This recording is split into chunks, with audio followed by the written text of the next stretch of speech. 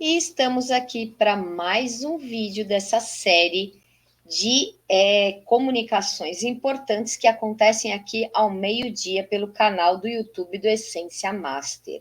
Sejam bem-vindos, sejam bem-vindas e já inicio o nosso vídeo aqui falando para você, compartilhe o nosso vídeo, compartilhe esse material, compartilhe a nossa playlist, se inscreva se você não for inscrito no nosso canal e curta. Assim, o YouTube compreende que é um conteúdo de valor e entrega para muito mais pessoas, porque hoje nós vamos falar de um assunto para lá de interessante, especial e que acaba rondando aí a cabeça de muita gente, a questão da ansiedade. Olha só, o que será que a maneira como eu me vejo, a maneira como eu me interajo, né, e faço a interação com o coletivo, tem a ver com a maneira como a minha mãe me vê e a relação com a ansiedade. Fica com a gente nesse vídeo até o final e já pega aí um caderno para você anotar e fazer as ponderações, tá certo? E aí vamos começar a nossa conversa de hoje, então. Olha só, para a gente conseguir falar de uma maneira tranquila, vamos pensar aqui, né, nessa lógica. Eu coloquei aí uma imagem das duas lâmpadas representando esse espelhamento, que a gente pode também chamar de projeção, tá?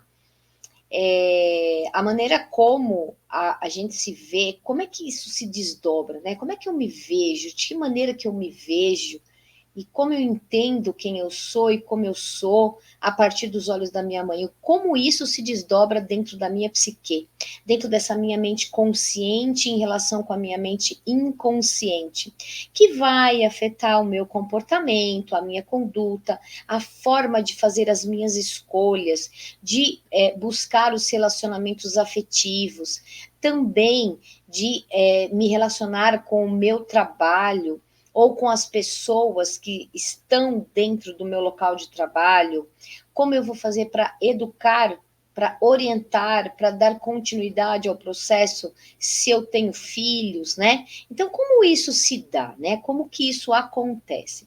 Então, a maneira como a gente se vê vem da energia da mãe, tá? Então olha lá. Tem aquela famosa frase poética, inclusive, né? Quando nasce o filho, nasce uma mãe. E é assim mesmo que acontece. É dessa maneira que se criam as conexões emocionais entre a mãe e o filho. A criança de 0 a 7 anos e meio, ela tem uma conexão muito forte com a mãe. Ela vai estar plugada inconscientemente no inconsciente da mãe. Então, inconscientemente, as coisas acontecem. Não é algo combinado, não é algo pré-determinado. É alguma coisa que funciona como um processo vibracional. Então, a criança nasce de 0, ou seja, desde que está na barriga da mãe, até os 7 anos e meio, ela vibra de acordo com o que está na psique da mãe. Então, o campo emocional da mãe está em equilíbrio, essa criança estará em equilíbrio. O campo emocional da mãe está em desequilíbrio, essa criança também estará em desequilíbrio. É uma relação que acontece sem que seja relativo, tá? Então, ele vai se conectar com o inconsciente da mãe ou de uma mulher que o cria, né? Então, no caso, a mesma percepção a gente vai ter em crianças que são adotadas, criadas por um outro membro da família, vai se conectar com esse inconsciente da mãe, tá? O que acontece quando nasce a mãe, nasce um filho, começa a relação de amor, né? Então é aquele amor, horas incondicional, horas condicional. E aí que mora esse lugar de como a nossa mãe nos enxerga, né? Então, a relação de mãe, ela vai entrar numa certa percepção de compreendermos a própria junção das palavras amor-ódio, né? Então, vamos pensar no amor, vamos pensar no ódio, e elas se entrelaçam e vira quase que uma palavra só, né? Na verdade, uma pronúncia de duas palavras que viram uma pronúncia ali misturada, amor-ódio, né? E aqui eu preciso que você se atente muito bem para o que eu estou falando, no sentido de que essas relações se dão no campo do inconsciente. E dentro desse campo do inconsciente, à medida de que estamos no modo sobrevivência, vamos dizer assim, e quando eu cito aqui o modo sobrevivência, é um modo especificamente de não compreender e não conseguir fazer as calibragens emocionais necessárias, tá? Então, quando a gente está falando sobre a questão do modo sobrevivência, nós estamos falando, sim, de um amor incondicional, de uma mãe que gerou, que pariu, né, ou que adotou, ou que cria alguma membro da família, não tem muita diferença, porque mesmo quando a gente fala em questão de adoção, nós vamos falar de uma família que vai adotar, essa família adotiva, ela vai ter um processo vibracional muito semelhante ao campo vibracional da família biológica. Vai ser muito semelhante. Não, isso a física quântica explica, isso a epigenética explica, e o campo, né, o campo das vibrações, elas vão acionar de maneira por proximidade, por semelhança, né? Então, semelhante atrai semelhante. Essa é uma das leis universais. Então, por semelhança, nós vamos atrair uma família muito semelhante à minha família biológica. Então, quando nasce essa criança, quando essa criança chega ou quando ela nasce, começa uma relação de amor incondicional até que aconteçam coisas que se sobreponham às relações estabelecidas ali. Como assim? Vou explicar para você. Então, nós vamos ter uma percepção como nessa imagem, né? Horas algo extremamente amoroso, feliz, sorridente, ajudando a vencer os obstáculos, né?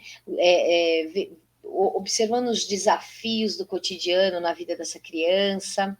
E ora, essa relação vai estar robotizada e estabelecida a partir de questões condicionais, amores condicionais.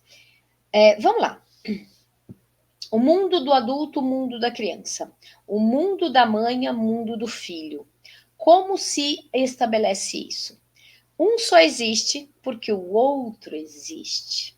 Então, alguém é mãe porque existe um filho. E o filho existe porque existe uma mãe. E pense na questão, nunca perca de vista a questão adotiva também, tá? Só existe um pai adotivo porque existe um filho a ser adotado. Então, um só existe por causa do outro.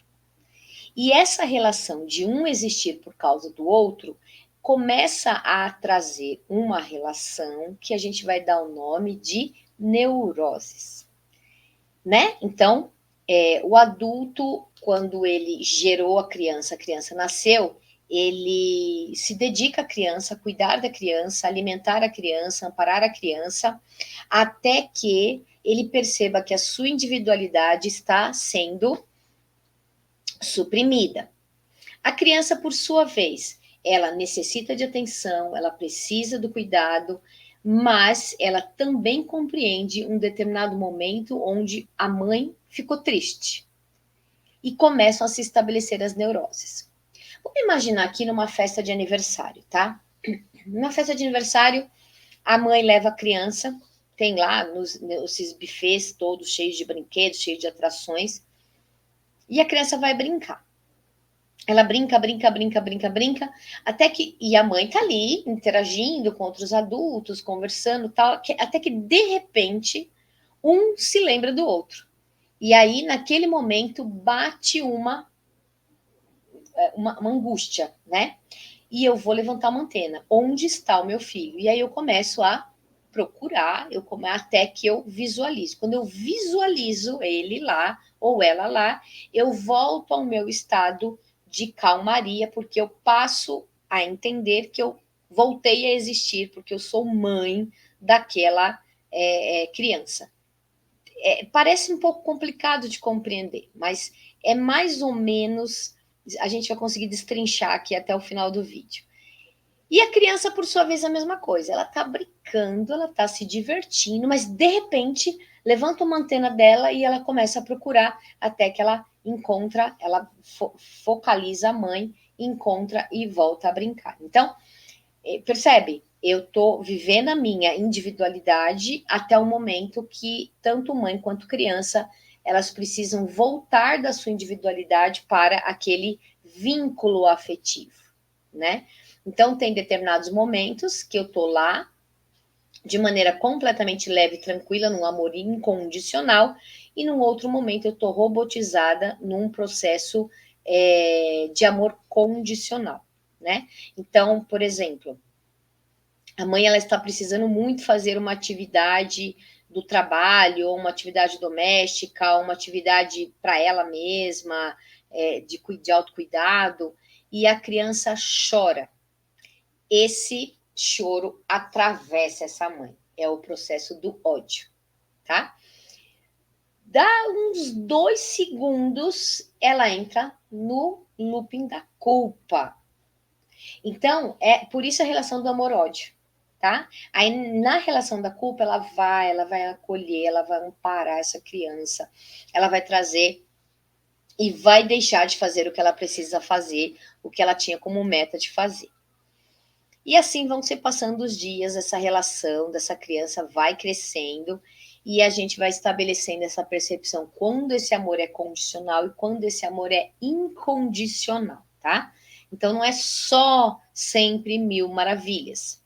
E essa relação de amor-ódio, ela gera as neuroses, que a gente chama, e ela gera as tensões de energia, né? Então, eu vou dar um exemplo aqui de uma frase. Fica quietinho, senão você vai deixar a mamãe triste, né? Ou então, assim, vocês nunca entendem o que eu falo. Ou, outro exemplo, o dia que eu não estiver mais aqui, aí eu quero ver como vocês vão se virar. E as frases, estão reconhecendo elas? Elas são infinitas, infinitas frases, né? E aqui a gente vai fazer esse convite da importância e da necessidade da mãe ter esse cuidado do processo terapêutico para ela fazer a calibragem emocional dela, né? Para que ela não condicione o amor dela com relação ao comportamento da criança, né? Então, eu gosto de você porque você é quietinha. Eu gosto de você porque você sempre entende. Eu gosto de você, você é sempre o meu salvador. Ah, você é o meu companheiro, né? Então, eu vou fazendo isso. A princípio, parece um movimento importante de vínculo, né? E é um vínculo. E aí é onde vem esse cruzar de informações do amor-ódio. Então, é um vínculo, sim, é um vínculo, mas o que vem na segunda página é o que a gente tem como tema da nossa live aqui. Então, quando eu estabeleço que o meu filho é companheiro, que o meu filho é aquele que ilumina minhas tardes, que tudo que eu faço é em prol do filho, né? Que ele é a razão da minha vida, que se ele não se comportar de determinadas maneiras, ele vai me deixar triste. E entre outras falas que estão nesse condicionamento do amor. Então, ora é incondicional, ora é condicional. O que isso vai acontecendo, tá? Vai acontecendo que no momento que ela cobra demais, porque ela precisa, né? Essa mãe precisa que as coisas dar conta das coisas, né? Dar conta do processo de criação, de gerenciar o seu tempo, a sua rotina, com a rotina do filho. Então, ela começa a cobrar demais. Então, o que ela vai cobrar? Muito provavelmente, a mãe que cobra demais, ela sente que ela é sozinha. Ela não tem apoio, não tem uma rede de apoio, ou provavelmente ela não tem o apoio do companheiro, né? Do pai da criança, ou do companheiro, ela provavelmente ela não sente que ela tem apoio, que ela possa compartilhar, que ela possa trazer ali a luz da convivência de duas pessoas responsáveis pela criação, ou muitas das vezes ela faz essa criação de forma solo mesmo. Então, o que acontece? Ela junta nela duas energias, a energia do acolhimento e a energia da ação. Então, ao mesmo tempo que ela acolhe, ao mesmo tempo ela age com mãos de ferro. Então, o que a gente está olhando aqui, quando a gente tem o tema dessa aula de hoje, a gente fala que a gente vê a gente através dos olhos da nossa mãe, se a gente tem uma mãe que ela tem uma profunda dificuldade em comunicação, e essa dificuldade de comunicação é tão grande e profunda que ela não consegue solicitar, né, aquilo que para ela é importante no momento, ela vai ser uma mãe que se fecha.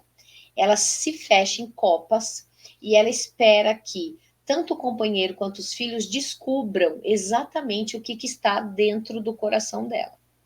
Então, o que acontece? Nesse momento que essa mãe se fecha, essas crianças ou essa criança, ela começa a compreender que ela fez alguma coisa errada, mas ela não tem a menor consciência. Então, a mãe perde o lugar do acolhimento para a ação apenas. Então, essa criança ela tem a percepção de que ela fez alguma coisa errada, não sabe exatamente o que, então ela começa a agradar constantemente a mãe, a todo instante. Né? Ela monta uma mesa bonita, assim, sem ser uma data comemorativa em específico. Ela vai fazer massagem nessa mãe, ela tenta conversar, ela tenta criar um vínculo, ela tenta fazer um olho no olho com essa mãe, e ela muitas das vezes ela não consegue. O que a gente vai estar plantando, o que essa mãe está plantando na criança? Que essa criança ela precisa se desdobrar em milhões de possibilidades para que ela seja amada, né? Então ela precisa se desdobrar em 1 milhão de possibilidades. Por outro lado, já uma mãe que ela se vitimiza, né? Então ela sempre coloca o seu trabalho, a sua dedicação para a família, ela coloca como um imenso esforço. E ela vem de toda vítima tem o seu desdobramento de vilão. E toda vítima e vilão que tem o desdobramento de vilão precisa de um salvador. Então, quando essa mãe se coloca na posição de vítima, e ela vai permear vítima e vilão, vítima e vilão, vítima e vilão, então ela vai dizer que tudo o que acontece na casa é porque ela se dedica ao extremo. Então, se é financeira é porque ela se dedica, ou só ela que faz os afazeres da casa. Então, ela fica apontando constantemente esse movimento de ser a única protagonista ali para que a família aconteça. O que a gente vai despertar nos filhos? Uma sensação de salvador.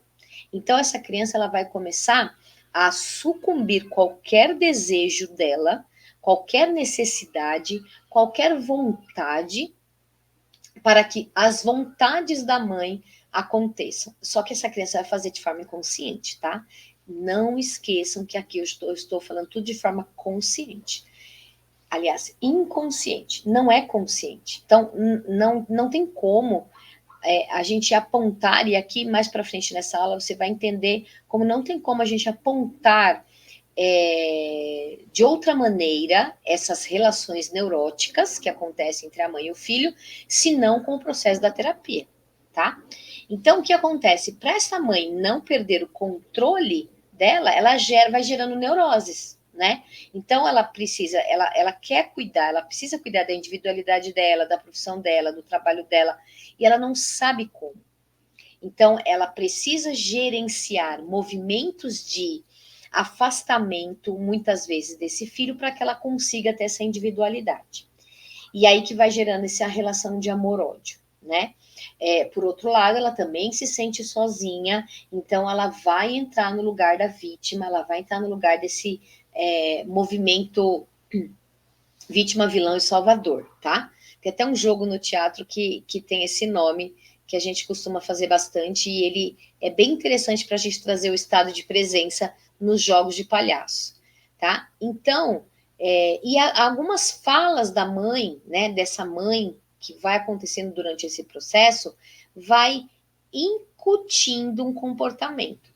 Então, por exemplo, ninguém me ajuda, você não me ajuda, né? Você não faz o que tem que fazer, ou até terceirizando, né? O teu pai não faz o que tem que fazer, teu pai me deixa sozinha. Então, a criança vai vendo, através dos olhos da mãe, que a função dessa criança é estar sempre alerta para ajudar essa mãe a resolver todas as demandas. Mas vamos lá. A criança é criança e o adulto é a mãe. Eles estão em patamares diferentes. Quando a mãe tem esse comportamento que ela não calibra as emoções dela, ela faz uma força para que o filho entre nessa linha aqui. E aí onde vão acontecendo as trocas de papel que futuramente vai evidenciar outras questões, outros problemas, né? Então, como é que a gente resolve isso?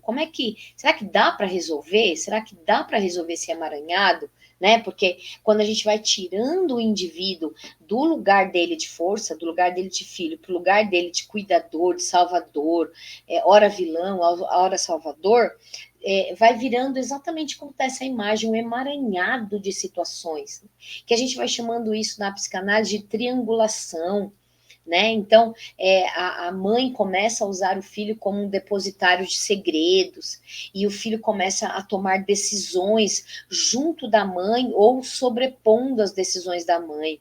Então, ele vai criando um excesso de responsabilidade. Então, ele vai enxergando que ele não pode relaxar, que ele não pode, ele só é amado de forma condicional, que ele acaba ocupando o lugar do pai, então ele não consegue ir para o mundo depois, se relacionar, porque ele já tem esse lugar ocupado, né? Isso tudo a gente consegue compreender vasculhando o nosso inconsciente através das terapias, né? Então, o que acontece? A gente vai voltar um pouquinho aqui, até o vídeo de ontem. Quem não assistiu, convido para assistir. A gente fala um pouco sobre o que é essa porção primitiva, né? Então, quando a gente fala de cuidar da criança interior, muita gente brinca, né? Fala assim, eu agora vou brincar, eu agora então vou andar de bicicleta, eu vou comprar boneca que eu sempre sonhei, porque agora eu vou cuidar da criança interior. Não é isso, não é isso. E esse é um dos grandes equívocos que a gente acaba cometendo, né? Cuidar da criança interior é voltar a brincar de boneca, por exemplo, ou de bola. Pode acontecer, esse movimento pode existir, da brincadeira, da ludicidade? Pode, mas não é disso que nós estamos falando. Nós estamos falando de uma porção, porque a gente chama de primitiva, do nosso inconsciente, é uma parcela primitiva, né? Que é onde a gente vai chamar também do id. E ali, por exemplo, entre 4 e 6 anos, é registrado com mais evidências essas falas, essas solicitações de cuidadores, de crianças cuidadoras, esse excesso de responsabilidade para essa criança, e vai acontecendo mais ou menos nessa faixa etária entre 4 e 6 anos. E lembra que eu falei no início do vídeo que a criança de 0 a 7 anos e meio, ela está na ressonância da mãe. Então, entre 4 e 6, ela permanece na ressonância da mãe, e entre 0 e 7 anos e meio é quando a criança precisa aprender a lidar com as emoções, né? A nomear as emoções, a compreender quem ela é. Então, quem ela é? O que ela sente? Como ela é? Como ela gosta das coisas? Como ela reivindica as coisas? Só que é bem nessa fase que a gente tem uma mãe que ela tem diversos tipos de dificuldade de calibrar-se emocionalmente, então ela derruba essa falta de calibragem emocional nessa criança de 4 a 6 anos de idade, que vai gerar ali já uma suposição de como ela tem que se comportar no mundo para ser aceita. Então, ela tem que ser forte para ser aceita. Ela tem que ser uma cuidadora para ser aceita. Então, ela vai ser uma salvadora, uma controladora. Ou ela vai ser tão boazinha, aquela que, sabe, que faz as intermediações, que escuta os segredos da mãe, e que daí fica contra o pai, ou fica contra os irmãos, e vai virando a criança anulada, a criança tímida, que chamam de tímida, né? A rejeitada. Então, ela só vai ter acolhimento quando ela consegue apaziguar uma situação. Se ela não faz essa intermediação, é como se ela não estivesse cumprindo o papel dela. Então, o que vai acontecendo depois na fase adulto? Adultos amedrontados. Então, adultos amedrontados, eles são controladores. Eles são controladores porque não podem errar. Porque se eles errarem, eles não serão amados. Tá? Pode também ser pessoas que não se colocam. Então, eles não falam a respeito dos seus sentimentos, dos seus desejos, das suas emoções. Eles ficam completamente calados, né? Se colocam numa situação de extrema timidez. Estão sempre se relacionando de forma a criar situações que elas são rejeitadas, né? Então, um relacionamento afetivo que você vai ser rejeitado. É uma relação de amizade que você vai ser rejeitado. É um emprego que você trabalha que você vai ser demitido e vai vir a sensação de rejeitado. Porque é como você está de forma vibracional se relacionando com o mundo. E como é que a gente consegue descobrir isso? Apenas com a terapia. Não tem outra forma. Não tem outra maneira da gente conseguir compreender por que eu repito situações na minha história. Por que várias vezes eu tenho que ir lá, eu tenho que controlar, eu tenho que dar conta, eu tenho uma sobrecarga, eu entro no looping de raiva, eu estou sempre alerta, eu desenvolvo dores na lombar, eu desenvolvo dores na cervical, e aí a gente vai usando as formas de desculpas, né? Ah, sentei de mau jeito, é uma má postura, é questão do celular, e outras tantas informações para justificar a dor na lombar, por exemplo. Mas eu estou falando de uma pessoa crítica, né? Que ela precisa criticar porque ela foi muito criticada e ela precisa dar conta das coisas, né? Por sua vez, eu vou ter aquela pessoa que ela tem problemas cardíacos, desvio da coluna na região da torácica, tem pressão alta, porque ela está num lugar de que ela tem que se apegar às situações, aos mínimos detalhes, ela precisa estar sempre sorridente, ela precisa estar sempre amorosa, porque é assim que ela foi e que ela se enxerga nesse coletivo a partir da mãe. Mas então, o que fazer? Tá? Tudo bem, todas essas informações, eu até identifiquei alguma coisa em mim, eu até percebi que realmente eu tenho um lugar de salvadora, eu tenho um lugar de cuidadora, quando eu vejo, eu estou fazendo as coisas que eu nem quero fazer, mas eu faço para que as pessoas fiquem felizes e para que eu me sinta amada. Então, assim, eu percebi, Stefania, mas o que eu devo fazer, tá? Primeira coisa, não use checklist. Eu falei que a gente ia chegar num momento onde eu ia apontar para você, não use checklist, tá? Vai lá na internet, ai, minha mãe como é que fala? Tem um monte de nome que dão aí, narcisista, minha mãe é não sei o quê, e os nomes são infinitos. Segura, tá? Porque eu vou colocar aqui uma informação muito importante para vocês, semelhante atrai semelhante. Tudo bem? Então, a gente precisa olhar para a gente, para que a gente, se liberte das coisas. E não eu permanecer no lugar da vítima e usar um checklist para apontar o erro ou o desconforto ou o desequilíbrio somente na minha mãe, tá? Lembre-se que ninguém nasce da barriga errada.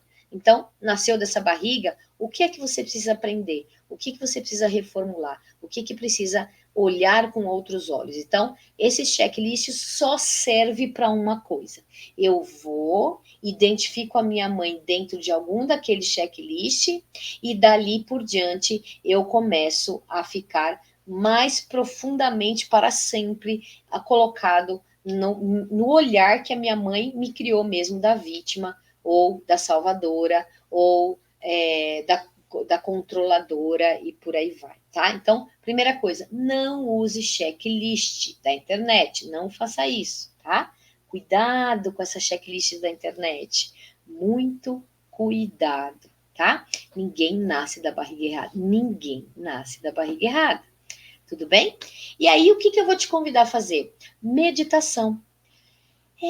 Eu vou deixar aqui nos comentários o link do clube de meditação e do meu blog de meditação. Por que a meditação? Quando a gente está muito no emaranhado, repetindo muitas histórias, muitas vezes a mesma história, do mesmo jeito e da mesma maneira, nós estamos no modo sobrevivência e desconectados da nossa essência, somente vivendo as situações da aresta.